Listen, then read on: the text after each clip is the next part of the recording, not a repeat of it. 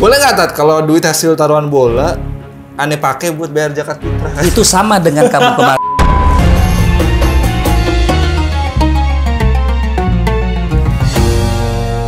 Selamat tadi Ustadz lihat Ustadz. Apa tuh? Oh gitu ya. Oh gitu. Kembali lagi di segmen episode ketiga Ustadz lihat Ustadz. Langsung to the point ke pertanyaannya. Apakah Dajjal akan menjauh kalau kita katain ngakunya Tuhan, matanya kok picak cuak? Sebenarnya gue tuh agak ragu jawab soal ini nih. Dajjal kena ulti. Ini nggak kayak bocah-bocah jamet-jamet nongkrong yang lu wawancarain mak gitu loh. Jangankan apa ya, jangankan kita yang bukan siapa-siapa, maafnya ya. Kita bukan siapa-siapa untuk menghasut yang namanya Dajjal. Bahkan di zamannya dulu, orang yang bisa dikatakan alim, untuk menghasut dia aja itu udah nggak mempan. Dengan berbagai cara, sampai akhirnya dia tuh diasingkan di suatu pulau. Setebel itu gitu deh. Setebel itu tuh, apa namanya Bebal. itu, bebalnya itu loh. Apalagi cuma dikasain cuak gitu Nggak mempan. Nggak mempan. Oh, pantes makanya kalau ada temen-temen kita yang ini ya agak bebel-bebel gitu kan suka marah tuh temen. Nah itu namanya itu, Dajjal nah tuh. masih Dajjal itu. Oh, makanya umpatannya begitu. Ya betul. Sebenarnya Dajjal itu sekarang tuh udah mulai terlihat kok. Iya, orang-orang yang seperti Dajjal itu sudah mulai terlihat. Contohnya? Contohnya yang suka memfitnah orang, mengadu domba orang, Oh iya. menggiring opini untuk kita jauh dari Itu sifat-sifatnya. sifat-sifatnya itu. Lo tahu nggak nama aslinya Dajjal dulu siapa? Siapa? Samiri. Masa Samiri? Iya, lo coba lo searching di Nama YouTube. bapak-bapak ronda. Bentar, gue cari Gimana dulu. itu? Apa nama historinya Dajjal sampai dia tuh namanya Dajjal itu? Gimana? Iya, Samiri. Musa Samiri. Nah, Nama lengkap Dajjal adalah Musa Samiri. Samiri. Dajjal itu Manusia, Ustaz. manusia. Dia itu lahir dari perkawinan yang anak haram lah, bisa dikatakan anak haram itu. Oh, ini gue baru tahu serius, Tat. Namanya Samiri. Namanya Musa Samiri yang Musa artinya Musa dari negeri Samirah. Jadi ada dua Musa yang populer di kalangan Bani Israel, yaitu Musa bin Imran Ya. yang kelak menjadi rasul, dan Musa Samiri yang merupakan cikal bakal Dajjal tadi itu ya. Iya, namanya Samiri. Dajjal itu julukan dia. Kalau lo mau lebih jelas lagi, lo buka YouTube-nya penjelasan dari Ustadz siapa namanya itu, Khalid Basalamah. Dia memang terlahir dari dulu tuh ini ya, dari keluarga yang menyembah sapi gitu ya. Kok sapi? Iya, orang keterangannya begini gue nanya makanya. Gue juga Dajjal baru tahu terlahir- kalau ada sapinya itu. Dajjal terlahir dari keluarga penyembah patung sapi. Oh iya, berhala. Apa yang disembah? Bukannya berarti budidaya. itu manusia paling bebel ya? Ya paling bebel. Kalau ada award menang tuh dia. Ustaz. Oh iya benar itu, penghargaan manusia paling bebel itu. Kategori nominasi manusia paling bebal. Ada. Samiri. Nggak kan kita kan dia nggak akan marah kita Ya. bercanda. Iya. Udah bebel ya. Dia udah nggak mempan, dia mau gimana juga udah nggak mempan itu manusia satu itu. Ini Tat, kalau kita minum susu kan ngebatalin puasa Tat. Ya. Namanya minum. Nah kalau kita pegang gimana Tat? Ya Allah, aku pasrahkan diriku sepenuhnya pada saat ini. Susu tadi loh, kan tadi kita lagi bahas Dajjal tadi, maksudnya nyembah sapi kan tadi kan, nyembah patung sapi. Nah susu sapi kan bisa dipegang juga. Gitu. Ya, oh susu sapi. Iya Oh, kemasannya. tadi nanyanya nggak gitu. Nah ini dia nanya cuma Lo susu. tadi nanya gimana? Kalau kita minum susu kan batal. Gimana Tapi kalau kalau megang susu? Kalau megang aja batal. Iya. Kalau susu sapi. Susu sapi. Nggak ditulis nih sama dia nih susu apa? Susu apaan? Nah, makanya susu apa dulu? Iya. Kalau susu sapi nggak apa-apa. Oh gitu. Kalau susu yang lain, gini. Kalau kita minum susu, itu nggak batal. Hah? Kok nggak batal sih? Kalau pas azan maghrib, Nah, kan belum selesai gue jelasinnya. Joknya Ustadz nyuak. Gitu. Sekarang gue tanya sama lo, kumur-kumur ketika siang hari bulan Ramadan itu hukumnya apa? Itu makruh lah. Makruh. Kan dikhawatirkan. Dikhawatirkan membatalkan. Membatalkan. Makanya Tapi kan- bagaimana ketika kumur-kumur bulan puasa tapi harus wudhu? Ah iya tuh kalau wudhu gimana tuh? Nah begini, apa namanya, kumur-kumur dalam berwudhu itu kan hukumnya sunnah. Oh artinya nggak harus lah ya. Skip aja langsung. Ya mau kamu lakuin nggak apa-apa. Ketika bulan puasa nih mau sholat zuhur wudhu kumur-kumur, karena kita mau lebih afdol lagi ya. Karena kan yang wajib dalam wudhu itu kan pertama faghsilu wujuhakum, basuh mukamu, ya. wa aydiyakum ilal marafiq, sampai apa namanya ini, siku. Ada itu apa? Wamsahu biruusikum, wamsahu. Bedanya faksilu sama wamsahu itu beda. Kalau faksilu kita basuh dengan air. Tapi kalau wamsahu airnya kita ambil, kita buang, kita sapukan ke kepala. Habis itu apa setelah kepala? Kaki. Apa ada di situ kumur-kumur? Oh iya. Apa di situ membasuh telinga? Nggak ada. Itu sunnah. Oh iya ya. Oh iya benar. Apa lantas selama ini, aduh saya ternyata selama ini wudunya nggak pernah Tapi di kuping. Saya nggak afdol, enggak. Ya kalau aku sih memang aku ini aja sih Tat. Ya karena tadi itulah karena kan taunya kan kita makruh. Terus dari kecil kan diajarkan ntar kalau udah imsak tuh sampai menjelang buka lagi kita kalau mau gosok gigi tadi sebelum imsak. Iya, betul. Makanya ini kan karena makruh hati-hati. Hati-hati, betul. Makanya kalau lagi puasa gitu zuhur misalkan atau asar gitu ya. Emang aku skip aja. Tapi Ya, nggak apa-apa. sebenarnya nggak apa-apa ya. Nggak apa-apa. Soalnya gini, ada ustadz namanya Buya Yahya. Dia pernah menjelaskan soal kumur-kumur itu. Kumur-kumur ketika bulan puasa, ketika kita wudhu itu nggak apa-apa, karena itu sunnah. Bagaimana yang namanya hukum sunnah? Dilakukan dapat pahala, nggak dilakukan juga nggak apa-apa. Tapi dilakukan nggak apa-apa, lebih afdol gitu loh. Iya, Selama itu kumur-kumur, bahkan tertelat pun nggak apa-apa. Contohnya, misalnya ini, apesnya, lu lagi wudhu, lagi Nih, kumur-kumur. jangan gitu, Tar, lu Enggak, ngasih celah. enggak. Ngasih celah ntar mereka nolak Nggak beneran, gitu. Tar. Ini edukasi.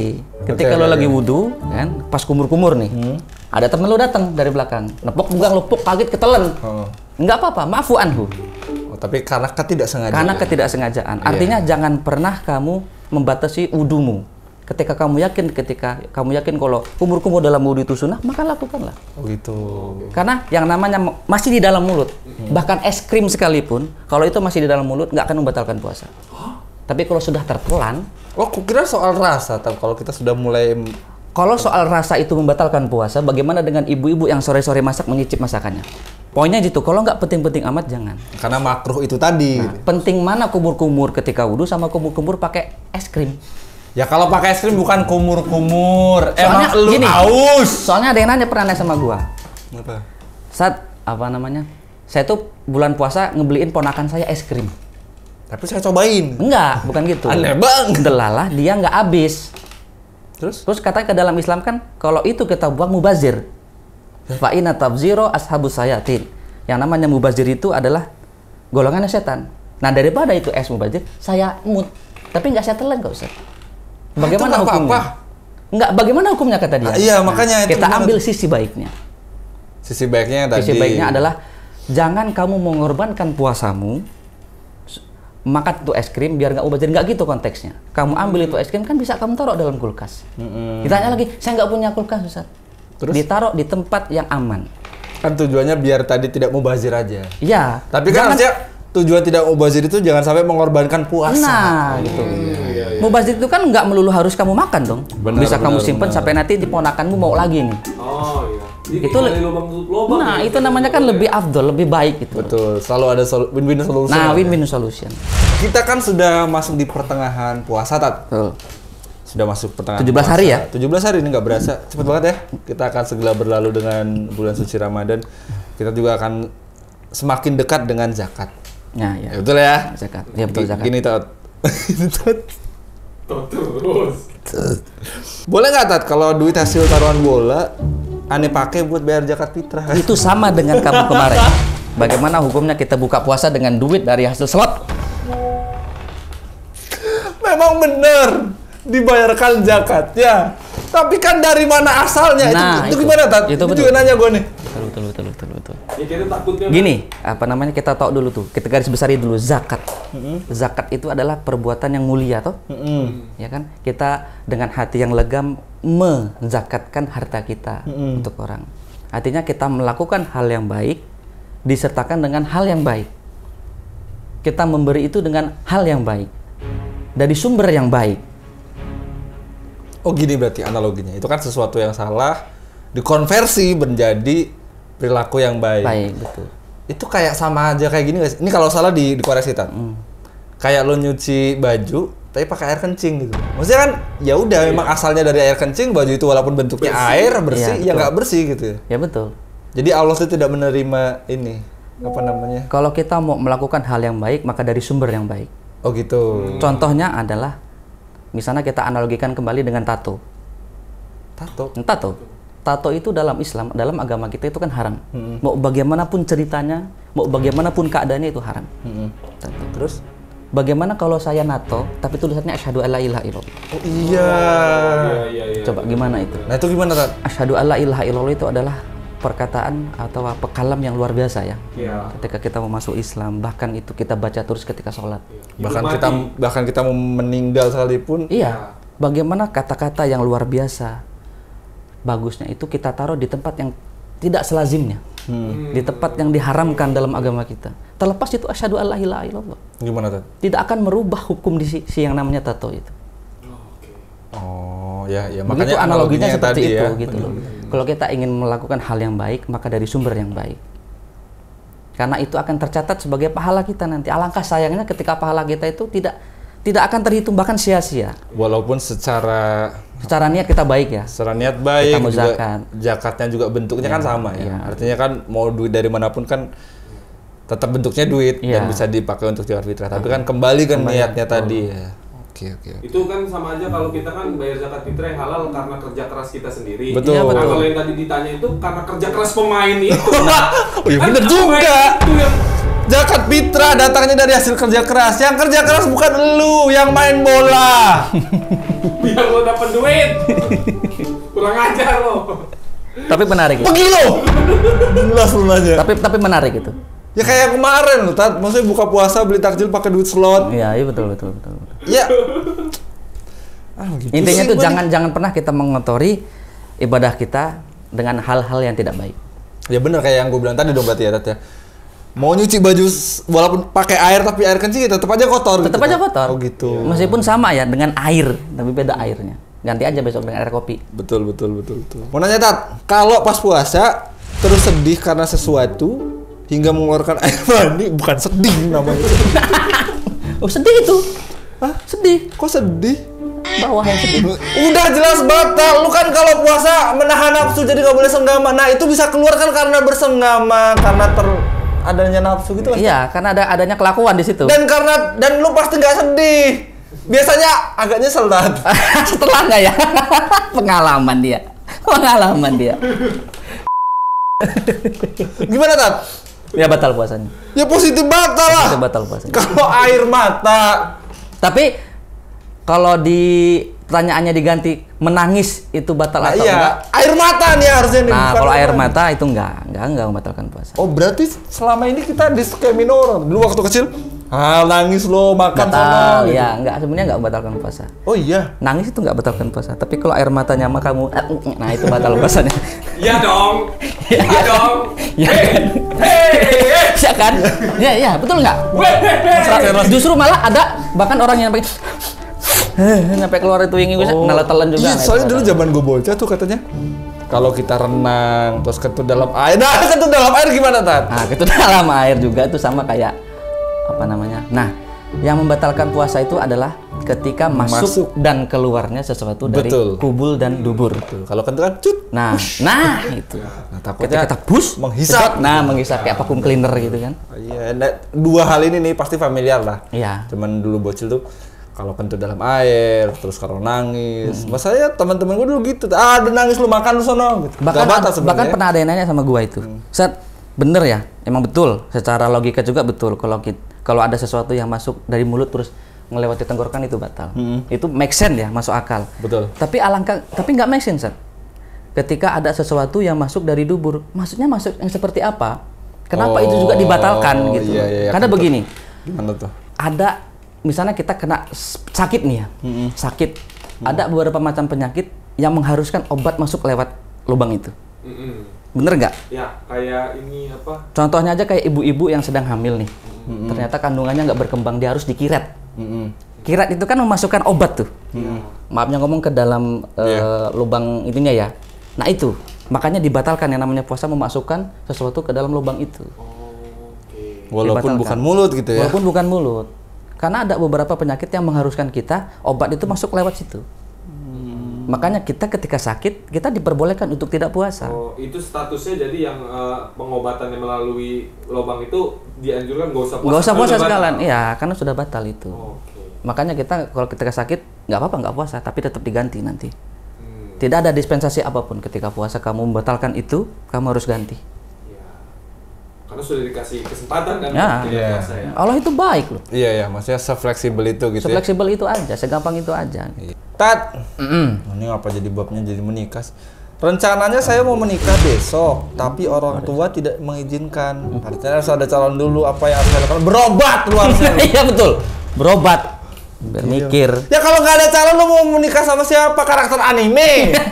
Ustadz, mau nanya dong. Apaan tuh? Apa tuh? Nah, Ustadz, orang munafik itu kan tidak mengingkari janji ya. Orang munafik tuh mengingkari janji. Ya, orang Ya. munafik ciri-cirinya itu mengingkari janji. Misalnya Ustadz, kita janji bayar utang tanggal 10 misalnya. Betul. Terus kita bayar tanggal 8. Apakah kita mengingkari janji, Ustadz? Iya. Kayaknya spesies ini langka, Tat. Betul. Langka. Yang Orang sudah di deadline aja lewat, Tat. Yang buat langka itu dia punya pikiran, ini kalau saya bayar lebih awal kayaknya saya ngikar janji ini. Iya, langka karena kan nih orang kayak 10. gini. Langka. Nah, itu gimana Ustadz? Apakah termasuk mengingkari janji? Enggak dong. Mengingkari janji itu adalah ketika kita melebihi batas yang sudah kita sepakati. Itu namanya ingkar. Kalau mendahului kesepakatan itu nggak apa-apa. Nggak apa-apa. Tapi kalau mendahului imam itu nggak boleh. Gak usah dibahas, Tat. Percuma, Tat. Yang bagian ini tuh susah. Lu menemukan spesies begini susah. Aneh. Kebanyakan kayak mana? Lewat sebulan ditegor lebih marah. Lebih galak biasanya. Itu. Soal piutang tuh akadnya gimana, Tat? Ya gini. Karena gue tuh pernah dengerin nih, Tat. Katanya kenapa sampai orang yang memberikan pinjaman, memberikan hutang, piutang itu pahalanya tuh besar. Betul. Karena kan impact-nya memang sebesar itu, Tat. Bisa jadi kalau misalkan akadnya itu tidak terrealisasikan, dikembalikan sesuai jadwalnya, nanti hubungannya renggang, terus menjauhkan silaturahminya. Betul. Makanya kenapa itu dikatakan dapat pahala banyak tuh mungkin itu alasannya, Tat. Apa Iya gimana, Tat? betul. Apa namanya? Hutang itu ketika kita ikhlas membantu orang, maksudnya mengutangi orang itu ya. Betul, pahalanya luar biasa. Padahal kan Pahalanya ibaratnya luar biasa. ibaratnya dibandingkan dengan amalan yang lain tuh kan ya nggak se-effortnya nggak sebesar yang lain gitu. Iya. Kenapa pahalanya bisa sebesar itu gitu maksudnya? Karena mungkin nih, mungkin sama dengan kita sedekah. Poinnya adalah ikhlas. Ketika kita artinya bisa memberikan hutang kepada orang, artinya kan kita ikhlas. Niat kita ikhlas itu dicatat pahala oleh Allah Subhanahu wa taala. Dengan segala macam konsekuensinya gitu. Bahkan ada yang mengatakan kita itu apa namanya dianjurkan untuk memberi hutang itu tadi ketika teman kita kepepet, Nah, kita kasih itu. yang memberikan hutang tapi pakai rentenir gitu-gituan terus mengancam kan pinjol-pinjol begitu ya? Nah, itu kembali lagi sama pembahasan kita tadi apa itu? Apa itu? Soal yang analogi tadi itu apa itu? Kita kalau mau berbuat baik maka dari sumber yang baik. Oh, ya itu sudah menjawab sih, Tat. Iya. Tapi ada kewajiban lain. Apa? Kita sudah ikhlas memberi hutang, yang menghutang itu harus wajib membayar. Karena akadnya adalah pinjam, bukan Iya, kan akad akadnya pinjam. disedekahkan gitu ya. Iya, betul. Dan nanti bahkan lo ya, kita kan sering tuh ikut di acara pemakaman tuh. Sebelum selesai kan pasti ditanya itu apabila masih ada sangkutan hutang dengan almarhum atau almarhumah. Itu karena itu menyangkut yang namanya hablum minan nas. Hubungan sesama manusia. Sampai mati harus diberesin dulu Iya, gitu ya. Betul.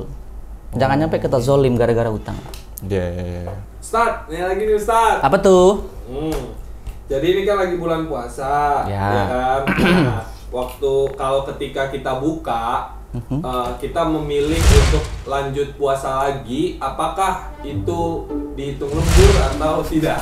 Gini, kalau kerja di rapel bisa, ya. Maksudnya kerjaan, besok nih, kayaknya kerjaan besok aku kerjain sekarang aja rapel biar besok agak senggang bisa. Ini ibadah nggak bisa begitu. Betul. Gini loh, ketika kita beribadah itu nggak boleh berlebihan. Oh itu poinnya tidak boleh berlebihan. Kita tidak boleh berlebihan. Iya, kalau Nggak sudah boleh, ditetapkan Cok. seperti itu ya sudah kita jalanin aja. Oke. Jangan kita, ini kayaknya gue kalau puasa lagi pahalanya double. Nggak gitu konteksnya. Nggak lah, nggak boleh lah. Namanya apa kan berlebihan itu kan Iya, nggak baik. harus sesuai porsi, harus sesuai Iya, dengan Oh, ditetapkan. jadi aku pikir yang istilah berlebihan itu tidak boleh itu hanya makan, Bang. Enggak cuy, segala macam yang berlebih Iya, itu nggak segala- baik. nggak boleh. Ibadah nih berlebih. Kita kan manusia kan ya selain ditugaskan untuk hidup dan beribadah, kan kita kan harus bekerja Iya betul. segala macam. Kalau kita ibadah mulu tapi nggak kerja kan ya sama Iya, aja lah. Ada yang kita zolimi istri, Iya, anak. benar. Dari mana mereka kita rezekinya datang kalau nggak dari kita kerja? Makanya Allah itu sudah ngomong sama kita itu, yang namanya manusia itu ada di tengah-tengah, wasato namanya, umat wasato. Kita itu ada berada di tengah-tengah. Apa tengah-tengah? Ketika kita di tengah-tengah itu kita menjalankan sebagai umat manusia, ayo kita beribadah sesama Allah, tapi tetap ikhtiar di dalam dunia. Oh iya. Jangan kita terus fokus beribadah sampai lupa nih kewajiban kita. Dan bahkan ketika kita sedang berikhtiar mencari rezeki untuk anak istri, keluarga segala macam, itu pun dihitung ibadah. Iya, tapi jangan lupa begini. Ayo kita berangkat kerja dengan nilai-nilai keislaman di dalamnya. Jangan lupa sholat. Jangan lalai kita kerja terus sampai lupa kewajiban kita sholat. Itu pun sama nggak baik juga. Iya, harus seimbang. Jangan sampai ada terlalu berat. Tapi kalau beratnya juga Islam nggak apa-apa, kalau beratnya iman nggak apa-apa, tapi kalau beratnya dunia ini sampai melupakan kewajiban kita sebagai umat manusia, umat muslim ya, itu nggak boleh.